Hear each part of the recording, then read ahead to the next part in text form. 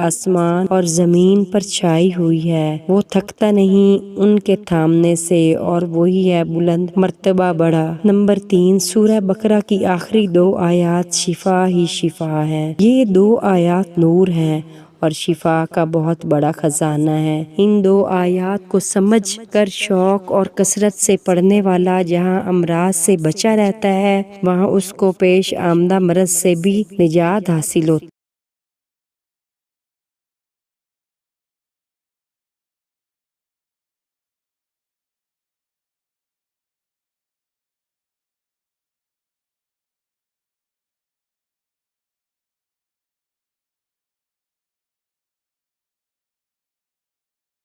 Number 4، آخری تینوں کل شریف شفا ہی شفا ہیں۔ بیماری سے بچنے کے لیے اور بیماری سے شفا پانے کے لیے معوذات کی پابندی از حد ضروری ہے۔ مریض آخری تینوں کل خود بھی پڑھتا رہے اور اس کے پیارے بھی معوذات پڑھ کر اسے دم کرتے رہیں۔ نمبر 5، مہلک امراض سے بچاؤ۔ مندرجہ ذیل ذکر صبح و شام 3 مرتبہ پڑھنے سے آپ ہر تکلیف اور بیماری سے محفوظ رہ سکتے ہیں۔ لا الہ الا انت سبحانک انی کنت من الظالمین۔ اللہ تیرے سوا کوئی الہ نہیں، تو پاک ہے، میں ہی ظلم کرنے والوں میں سے ہوں۔ دعائے ایوب علیہ السلام سے شفا۔ امام ابن قیم رحمۃ اللہ علیہ اپنی کتاب الفوائد میں بیان کرتے ہیں کہ اس بات کا کئی بار تجربہ کیا گیا ہے، جو شخص صبح و شام حضرت ایوب علیہ السلام والی دعا 7 مرتبہ پڑھتا ہے، اللہ تعالیٰ اس کو شفا عطا فرماتے ہیں۔ رب انی مسنی الضر وانت ارحم الراحمین۔ اے میرے رب، مجھ کو تکلیف نے چھو لیا ہے اور رحم کرنے والوں میں سے تو سب سے زیادہ رحم کرنے والا ہے۔ اس کے علاوہ بسم اللہ الذی لا یضر مع اسمہ شیء فی الارض ولا فی السماء وہو السمیع العلیم۔ اللہ کے نام سے جس کے نام کی برکت سے آسمان اور زمین کا کوئی چیز نقصان نہیں پہنچا سکتی، وہی سننے والا جاننے والا ہے۔ اسی طرح برس، کوڑ پن اور پاگل پن سے بچنے کے لیے مندرجہ ذیل دعا بھی پڑھتے رہا کریں۔ اللہم انی اعوذ بک من البرص والجذام والجنون ومن سیء الاسقام۔ اے اللہ، میں جلد کے بگڑ جانے سے، جسم کے حصے گل سڑ کر الگ ہو جانے سے، دماغی صلاحیتوں کے ختم ہونے سے اور خطرناک بیماریوں سے تیری پناہ میں آتا ہوں۔ اعوذ بکلمات اللہ التامات من شر ما خلق۔ میں اللہ تعالیٰ کے تمام کلمات کی پناہ میں آتا ہوں اور اس کی مخلوق کی شر سے۔ نمبر 6، کانوں اور آنکھوں کی سلامتی کے لیے۔ کان اور آنکھ اللہ تعالیٰ کی بہت بڑی نعمت ہیں، ان کے لیے مندرجہ ذیل دعا پڑھتے رہا کریں۔ اے اللہ، مجھ کو میرے کان اور میری آنکھوں سے فائدہ پہنچا اور انہیں موت تک صحیح سلامت میرے پاس رکھ۔ میری مدد فرما اس پر جو مجھ پر ظلم کرے اور اس سے میرا بدلہ لے۔ پھوڑے، پھنسی اور زخم کے لیے شہادت کی انگلی کو تھوک لگا کر زمین پر رکھیں اور مندرجہ ذیل دعا پڑھتے ہوئے اپنی انگلی کو زخم والی جگہ پر لگائیں۔ بسم اللہ تربت ارضنا بریکت بازنا یشفی سقیمنا باذن ربنا۔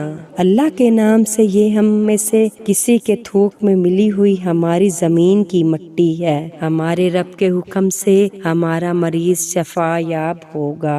ہر قسم کے درد کے لیے درد کی جگہ پر ہاتھ رکھ کر 3 مرتبہ بسم اللہ پڑھیں اور 7 مرتبہ مندرجہ ذیل دعا پڑھیں۔ اعوذ بعزت اللہ و قدرت من شر ما اجد و احاذر۔ میں اللہ تعالیٰ کی عزت اور قدرت کی پناہ لیتا ہوں اس تکلیف کے شر سے جو میں محسوس کر رہا ہوں اور جس سے میں ڈرتا ہوں۔ نوٹ: درد نہ رکنے کی صورت میں یا درد کی شدت کی صورت میں یہ عمل بار بار دہراتے رہیں۔ اللہ تبارک و تعالیٰ بہت جلد درد دور فرما دیں گے۔ ہر قسم کی تھکاوٹ کے لیے رسول اکرم صلی اللہ علیہ وآلہ وسلم کے ارشاد اور سلف صالحین کے تجربہ کی روشنی میں یہ بات روز روشن کی طرح واضح ہو چکی ہے کہ سوتے وقت مندرجہ ذیل اذکار پڑھنے سے اللہ تبارک و تعالی دن بھر کی تھکاوٹ دور کر دیتے ہیں۔ رات کو سوتے وقت 33 مرتبہ سبحان اللہ، 33 مرتبہ الحمدللہ اور 34 مرتبہ اللہ اکبر پڑھیں۔ نوٹ: اپنے جسم کو ساری زندگی ہر قسم کی محتاجی اور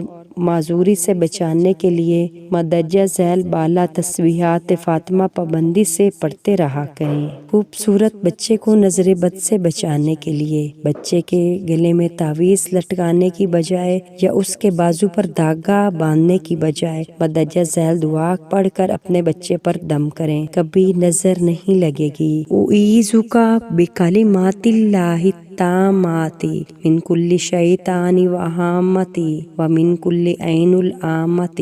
میں تجھ کو اللہ کی پناہ میں دیتا ہوں اللہ تعالیٰ کے کلمات کاملہ کے ساتھ ہر شیطان اور زہریلے کیڑے مکوڑے اور نظر بد سے۔ دعا کے شروع میں اعوذک یعنی کاف پر زبر کے ساتھ کا لفظ ایک بیٹے کے لیے، اس کے علاوہ بیٹی کے لیے، 2 بچوں یا بچیوں کے لیے اعوذکما، زیادہ بچوں کے لیے اعوذکم اور زیادہ بچیوں کے لیے اعوذکن۔